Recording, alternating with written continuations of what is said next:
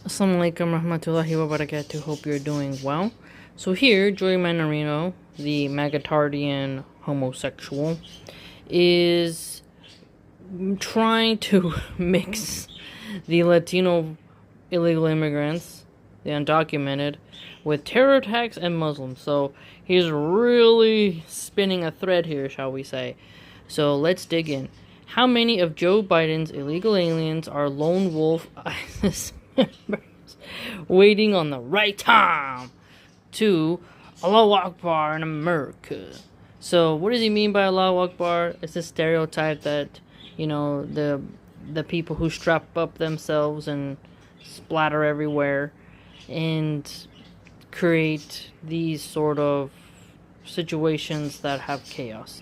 The lone wolf method is quite terrible, but we do know that there's plenty of white, male, heterosexual gunmen who act on their own and create just as much terror, but we don't see them focusing on when a Christian man does something, when a white heterosexual does something, they switch it up, right? Now, the other odd part is Allahu Akbar, God is the greatest, Allah is the greatest, is said in prayers and in more peaceful situations. But because of clever marketing and government psyops and military propaganda, they had to use a religious phrase so that you get very gung-ho to go after that person. Saying God is the greatest in Arabic is not bad. Now imagine if you just said it in English. God is great. God is the greatest. People would be like, yeah, of course. But say in Arabic, Allahu Akbar, oh, like that's marketing. To me, this just makes me realize when we have a happy situation, let's make sure we say Allahu Akbar so that we can change the negative connotations that people like this spin it. So he's always trying to bring anger onto Muslims, so let's take the Allahu Akbar and switch it up. Show us saying it at when a goal is scored, when a baby's born, when you pass a test, you name it.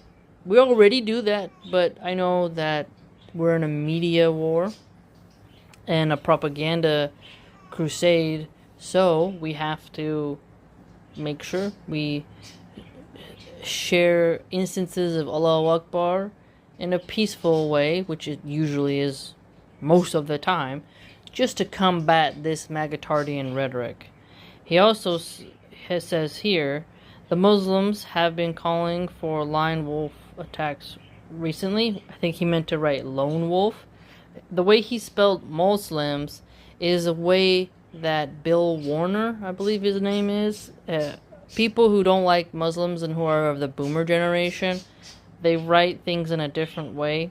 So he likes to say Mohammedans, Muslims, to kind of whistle back to a more staunch, cryptic, classic Islamophobia, if that makes sense, right?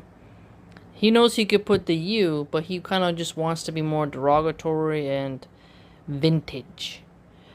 But notice here further, he's blaming Joe Biden for actions that some terror people do. It ain't Joe Biden's fault. And the data is clear. There are not that many Muslims committing crimes in the United States and them being illegal. So look at the data of how many devout Muslim illegal aliens are exploding themselves in the American public.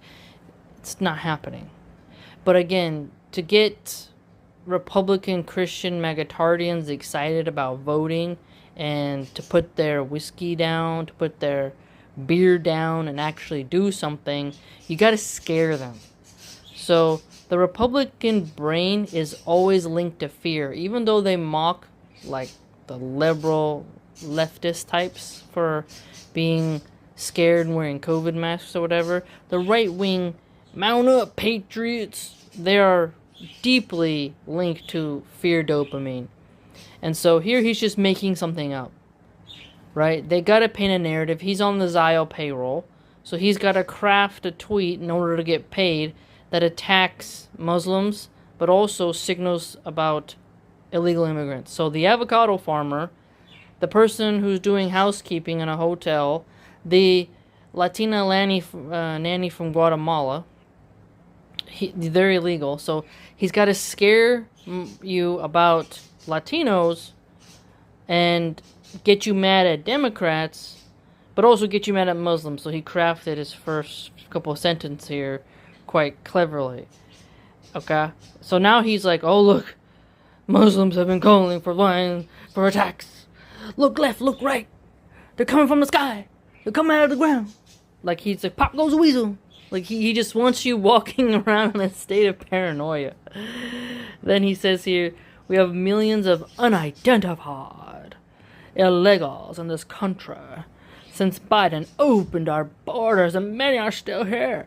What is he signaling at? Mass deportations. So the guy who's doing roofing, ICE shows up and is like, get down from the roof, illegal, we gonna arrest you. He wants more of that to continue.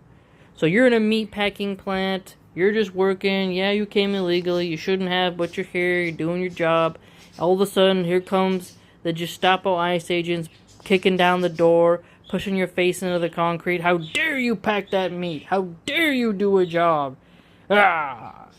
Right? Meanwhile, you drive around in some cities and you just see citizens begging, high on fentanyl. You'll see a lot of veterans getting shit-faced at the bar. And you're like, okay, all right. There's plenty of domestic-born gangs you could focus on, but yeah, the cherry picker, the person who's, gathering up grapes for the vineyards, yeah, ooh, they're so spooky because they don't have a piece of paper. Again, they always gotta pump fear into you, okay?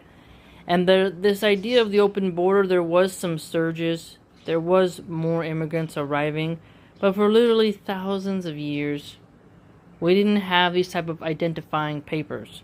And for a long time, Americans fear-mongered as well about the German style, show me your papers, which was more communistic. They didn't want you to have Skynet zooming in on you and digital IDs and Mark of the Beast. But now you see they flip it.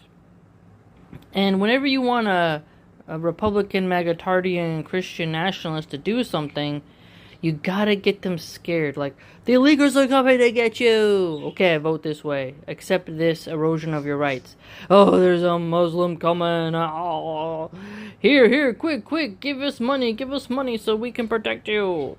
And then they don't do anything. They just keep partying with Democrats and flying on private jets and living up their best life, sucking off taxpayer dollars while the plebs continue to fight.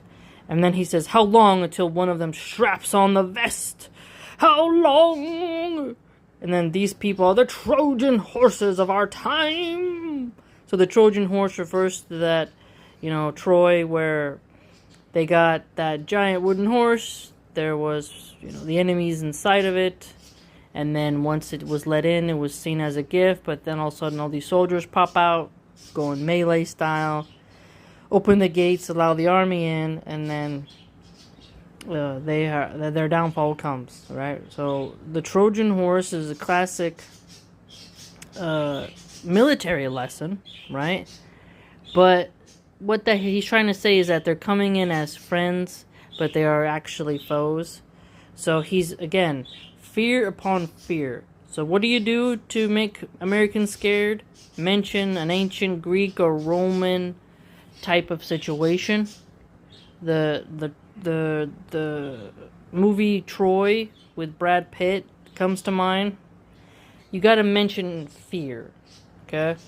Achilles coming in and, fighting, Agamemnon, all that. You gotta get the bravado in. You gotta blame Dementia Biden Joe Biden. You gotta get him mad at them Democrats. Then you gotta get mad at them illegals, you know what I mean? Then them Muslims, you gotta get mad at them Muslims. There's so many cliches here that if you're an outsider, you may not see it. You may be like, what's the big deal? But you gotta craft your propaganda cleverly. And so here, it's just comedic. How many Muslims are just living their lives? He doesn't mention that. No percentage is going on here. He's just like, hey, there's a grandpa. He's got, some mandarin oranges in his grocery bag. Oh, he could put on the vest anytime. There's a, niqabi sister, hijabi sister. They're at the park. Kids are playing. And Joey Mannarino wants you to look at them and just start breaking down in tears. So the two things he wants you to do here, that's implicit but implied, right? He wants you to be afraid of Muslims, to live in a constant state of paranoia and panic, and for you to just see illegals or people with brown skin, let's be honest here, as enemy combatants, as the others. So just constant fighting, constant bickering, fear. There's no peace within the Republican Party, and this is something I'm getting really used to around them, is that they are fighting like boogeymen. Oh, a Muslim's coming. How long? Oh, brown people. Ooh. It's strange. It's very strange. He won't focus on Muslims doing charity. He won't focus on anything good. It's always fear, fear, fear.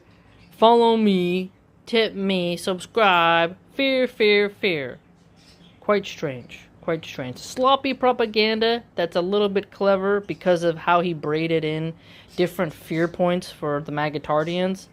But at the end of the day, it's easy to debunk this guy. He doesn't include actual numbers. Okay? But he's gotta, make those Zios happy. May Allah protect us. Assalamu alaikum wa rahmatullahi wa barakatuh. Hope you're doing well. So here we have undocumented immigrant offending rate lower than U.S.-born citizen rate. Analysis of Texas arrest records indicates a consistent trend across violent, drug, property, and traffic offenses between 2012 and 2018.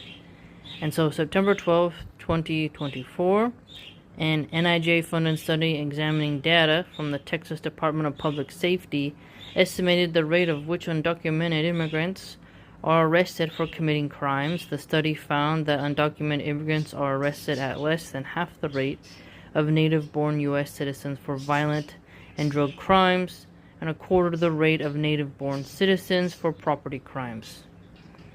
And so here, we just get a really interesting article about that, and there's a lot that you can look at on here.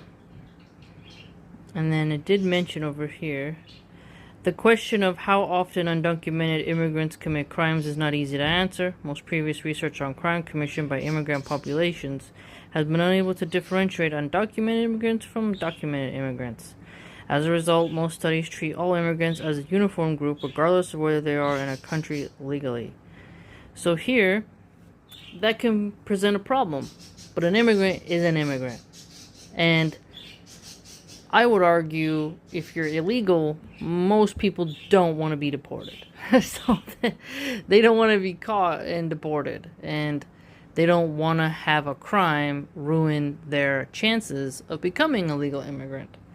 And so remember this the next time someone tries to scapegoat crime on illegal immigrants, aka the undocumented, and immigrants in general. Assalamu alaikum. The American Immigration Council says here that immigrants do not commit more crimes in the U.S. despite fear-mongering, recent as well, 2024. The American Immigration Council is a non-profit, non-partisan organization. And it says here, down at the bottom, I wanted to show you, a recent study led by Stanford economist Rand Abramitsky found that immigrants have consistently had lower incarceration rates compared to U.S.-born individuals, a trend that has held true for 150 years. Furthermore, immigrants, including undocumented immigrants, have lower rates of felony arrest than U.S.-born individuals, according to a multi-year study of Crime Statistics, which was published by the Journal Proceedings of the National Academy of Sciences. Undocumented immigrants are roughly half as likely to be arrested for violent and property crimes than the U.S. born. Using national data, an economist from the University of California, Riverside found that undocumented immigrants are 33% less likely to be incarcerated than U.S. born individuals.